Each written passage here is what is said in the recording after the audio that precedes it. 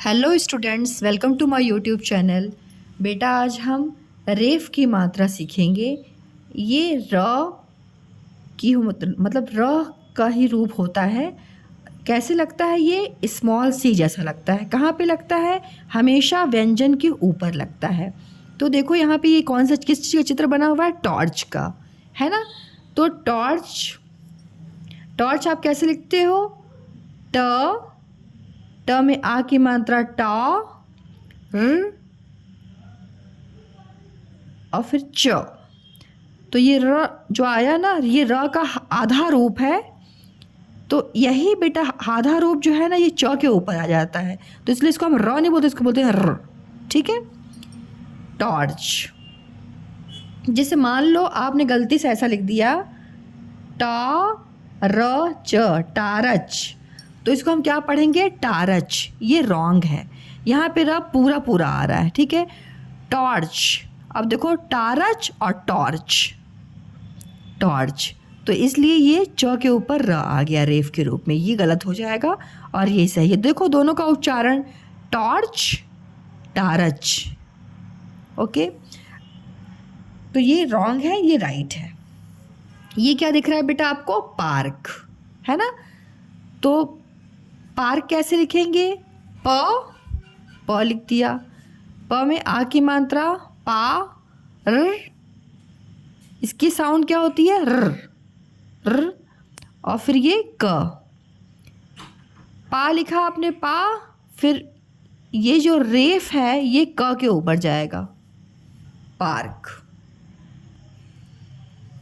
बच्चे क्या लिख देते हैं? पारक। तो पारक देखो ये गलत है ना बेटा? पार्क, र, ये साउंड आई ना, हाफ। ये हाफ र, मतलब ये स्वर रहित र होता है, इसलिए आधा र होता है, इसलिए यहाँ पे आया रेफ के रूप में। ओके, अब ये क्या दिख रहा है आपको? बर्फ, बर्फ। अब आधा र, मतलब ये जो र होता है ये स्वर रहित होता है, इसलिए आधा होता है, इसलिए इसकी आवाज़ जो है ध्वनि कम आती है। तो बर्फ, ब, र, प्लस का निशान, फिर र, फिर फ। ये फ नहीं है, ये फ। बर्फ, बर्फ। ठीक है, बर्फ नहीं है, ये बर्फ। उच्चारण कीजिए तो आप सही लिख लेंगे, बर्फ। र की ध्वनि कम आए इसलिए यह हाफ र है, इसलिए यहाँ फ के ऊपर आ गया। हमेशा जो रेफ होता है ना, दूसरे व्यंजन के ऊपर ही आता है। ओके, ये क्या है? देखो बेटा, सर्प। स प्लस का निशान, र, और ये है प, सर्प, रप आया ना, सर्प। ये क्या है? पर्स। प प्लस ये रेफ है, इसको बोलते हैं र, और ये स, पर्स। ये क्या है? फर्श। फ, ये है बेटा फ, बोलेंगे इसको फ। अगर यहाँ बिंदी नहीं लगी, अब बिंदी लगी क्या बोलेंगे? फ, फ। और ये है र, रेफ प्लस श, फर्श। ये क्या है? कार्ड। क में आ की मात्रा क में आ की मात्रा का, र, ये रेफ र, और ये है ड, तो कार्ड। ये रेफ की मात्रा कहाँ लगती है? दूसरे व्यंजन के ऊपर। तो यहाँ पे देखो लग गई कार्ड। ये क्या है? दर्पण, जिसमें आप ना चेहरा देखते हो, दर्पण। तो द, र, फिर प्लस का निशान, फिर प, फिर प्लस का निशान, फिर ड। ये प्लस का निशान क्यों लगे होते हैं? इनको जोड़ने पर ही आपके शब्द बनते हैं। ओके, तो देखो द है, द लिख गया। फिर ये रेफ है, रेफ कहाँ लगता है? दूसरे व्यंजन, मतलब जहाँ पे ये रेफ का उच्चारण होता है उसके दूसरे व्यंजन पे लगता है। तो यहाँ प के ऊपर लग गया, फिर ड, दर्पण। ये कौन है? Nurse, nurse. न, र, देखो प्लस करके र, फिर श, नर्स। अब आप देख लो बेटा, आप इसको अगर नरस बोलोगे तो गलत हो जाएगा। नरस तो नहीं हम बोलते, क्या बोलते हैं बेटा? नर्स। तो ये स के ऊपर रेफ जाएगा। ओके, ये कौन है? इस बच्चे का नाम है हर्ष। देखो ह प्लस र प्लस श, हर्ष। अब ये रेफ श के ऊपर आ गया। ओके, रेफ की मात्रा वाले शब्द पढ़ते हैं हम। क्या देखिए लिखा हुआ? मर्म, नर्म, गर्म, शर्म, धर्म, कार्य, जुर्म, मार्ग, गर्ग, तर्क, कर्ण, पूर्ण। ठीक है, इसको जैसे कि आप दोनों रूपों में करके देख लीजिए। जैसे कर्ण लिखा हुआ है ना, अब इसको मान लीजिए हम बोलते हैं कर्ण, तो यहाँ पे र क्या है? पूरा कंप्लीट आया है ना, तो कर्ण तो नहीं बोलते, ये कुंती के पुत्र थे कर्ण। तो ये र जो है ना, ये हाफ र होने के कारण ये रेफ पे चला जाता है। ओके, तो इसलिए इसको बोलते हैं कर्ण। ये आधा र है इसलिए यहाँ पे चला गया, रेफ पे आ जाता है, इसलिए कर्ण। ये अगर लिखोगे कर्ण तो वो गलत हो जाएगा। ओके, तो कर्ण जब आप बोल के उच्चारण करोगे ना तो आपसे गलती होगी ही नहीं बेटा। देखो मैंने बता दिया ना, ये कर्ण है और ये कर्ण है, तो कर्ण बोलते हैं। ओके, रेफ की मात्रा वाले शब्दों का वाक्य में प्रयोग। देखिए क्या लिखा हुआ है। पहला वाक्य, महाभारत धर्म कथाओं का भंडार है, उसमें कर्ण के भी चरित्र का वर्णन है। कर्ण महादानी था, वह सदा धर्म पर चलता था, उसने जीवन भर संघर्ष। इसको आप पहले बोलेंगे, बाद में इनको जोड़ के बोलेंगे। स के ऊपर बिंदी है, संघर्ष किया, उसका जुर्म कुछ नहीं था। अब देखो, अब बिंदी अगर नहीं होती तो इसको बोलते हैं पांडव। बिंदी हो जाए तो क्या बोलेंगे? पान, न साउंड आती है, पांडव, पांडव। उसे सूत पुत्र कहते थे, इससे उसे शर्म आती थी, वह वीर धनुर्धर था, दर्पण में देखकर वह मछली को बेध देता था। कर्ण धर्म के मार्ग से कभी नहीं हटा, धर्म कर्म में उसकी रुचि थी। हम अभ्यास करते हैं। रेफ की मात्रा वाले 5 शब्द लिखो, इन शब्दों का अपने वाक्यों में प्रयोग करो। अब देखिए यहाँ पे हमने लिखा है रेफ की मात्रा वाले 5 शब्द लिखो। क्या है? गर्म, कर्म, कार्य, दुर्गा, आशीर्वाद। बच्चे आशीर्वाद में बहुत मिस्टेक करते हैं, वो श के ऊपर लगा देते हैं। अब देखो आप पढ़ के आ शिर, अब यहाँ पे र यहाँ पे आ रहा आपको, रेफ वाला र यहाँ साउंड सुनाई दे रही, ठीक है, इसलिए वो वा के ऊपर लगेगा, आशीर्वाद। ओके, तो ये बहुत बच्चे मिस्टेक करते हैं। देखो बच्चे ऐसा लिख के आ जाते हैं स्कूल में, देखती हूँ ये श के ऊपर ऐसा लगा देते हैं, फिर वाह और दौ लिख देते हैं। अब आप पढ़ो इसको, पढ़ के तो देखो कैसे लिखा। आपने लिख दिया आशीर्वाद। अब यहाँ पे रेफ कहाँ पे आपने पढ़ा कि हमेशा जहाँ उच्चारण होता है उसके बाद लगता है, तो यहाँ पे उच्चारण कहाँ हो रहा है? देखो आशिर, यहाँ उच्चारण यहाँ पे हो रहा है ना बेटा, यहाँ पे उच्चारण हो रहा है ना, इसलिए वाह के ऊपर लगेगा। तो ये गलत होता है, बच्चे अक्सर ये मिस्टेक करते हैं, ये राइट है। ओके, वाक्य आप खुद से बना लीजिएगा। अब देखिए यहाँ पे क्या लिखा है, नीचे दिए गए शब्दों से खाली स्थान भरो। चलिए हम यहाँ पे भरते हैं। तर्क, जुर्म। पहले आप इन शब्दों को ध्यान से पढ़िए। क्या लिखा हुआ है?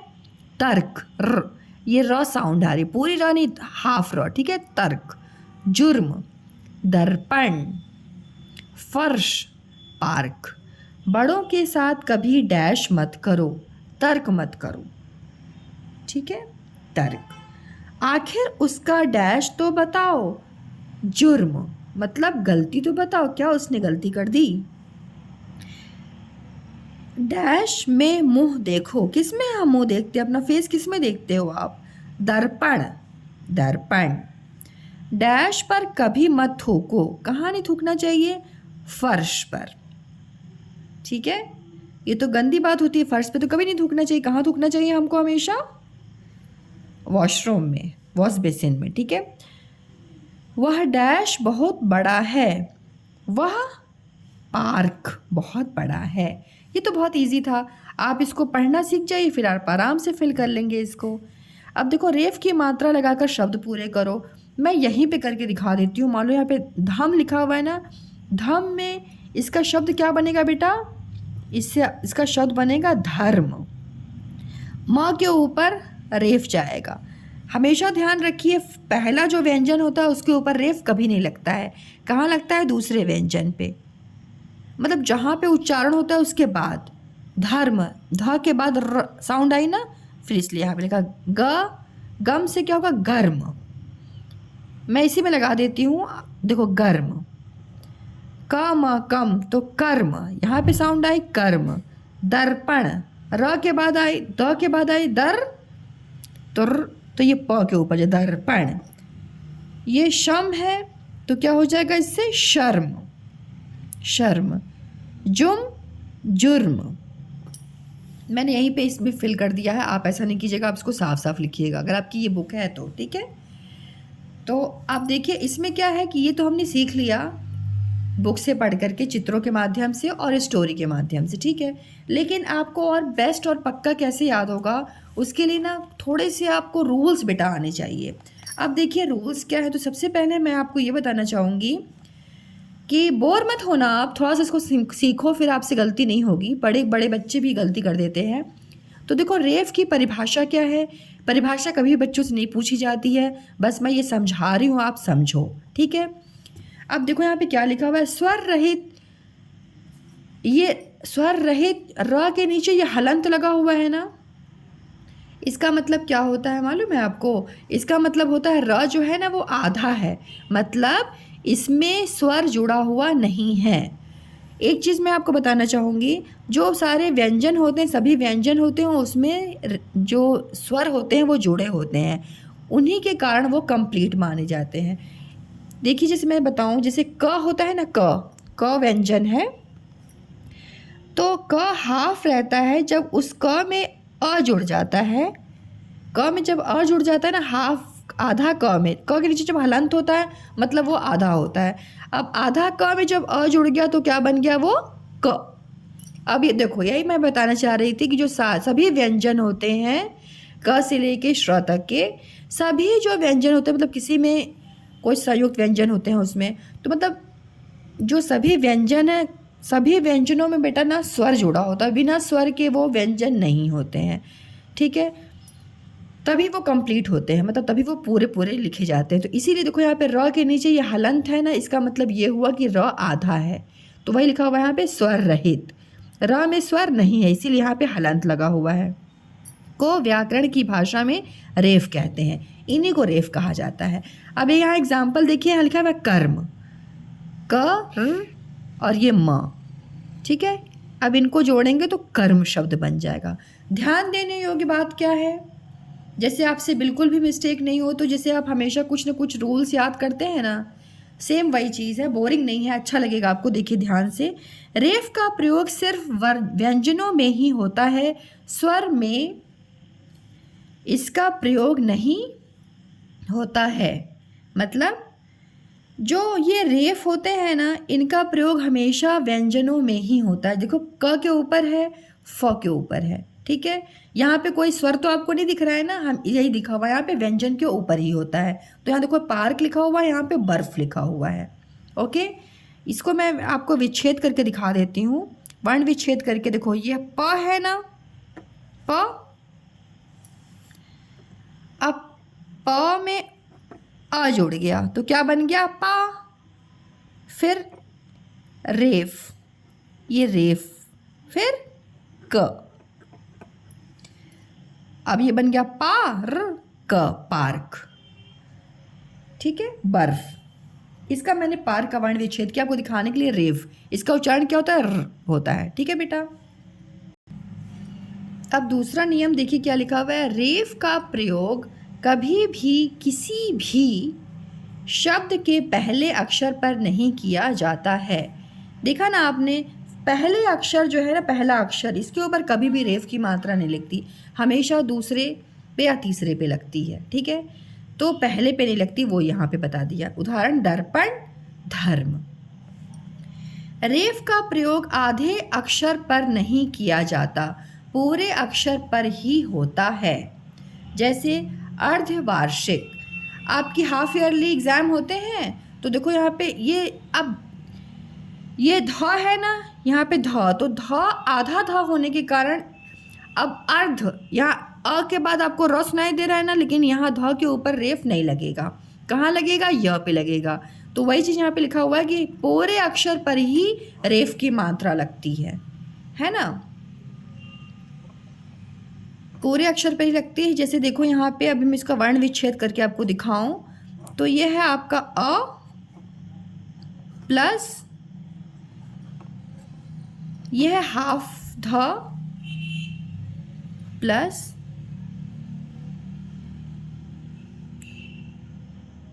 अर्ध, र की साउंड तो यहीं पे आई थी, ये हाफ र, फिर यहाँ पे प्लस रहेगा। सॉरी, ये गलत मिस्टेक हो गई मुझसे।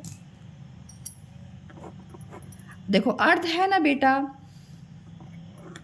अ, इसका वर्ण विच्छेद करेंगे तो अ, हाफ र, आधा र प्लस आधा ध, हलन से क्या होते हैं? व्यंजन आधे हो जाते हैं,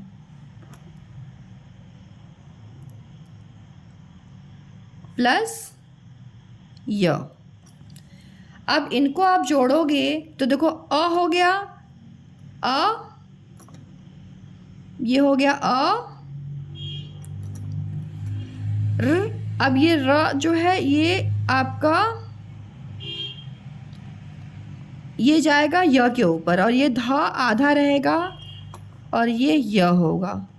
अब ये जो यहाँ पे र है, आधा र है ना, यही रेफ जो है ये आपका य के ऊपर जाएगा। कहने का मतलब ये है कि हमें आधे अक्षर पे कभी भी रेफ की मात्रा नहीं लगती, हमेशा पूरे अक्षर पे लगती, पूरे व्यंजन पे लगती है, ठीक है।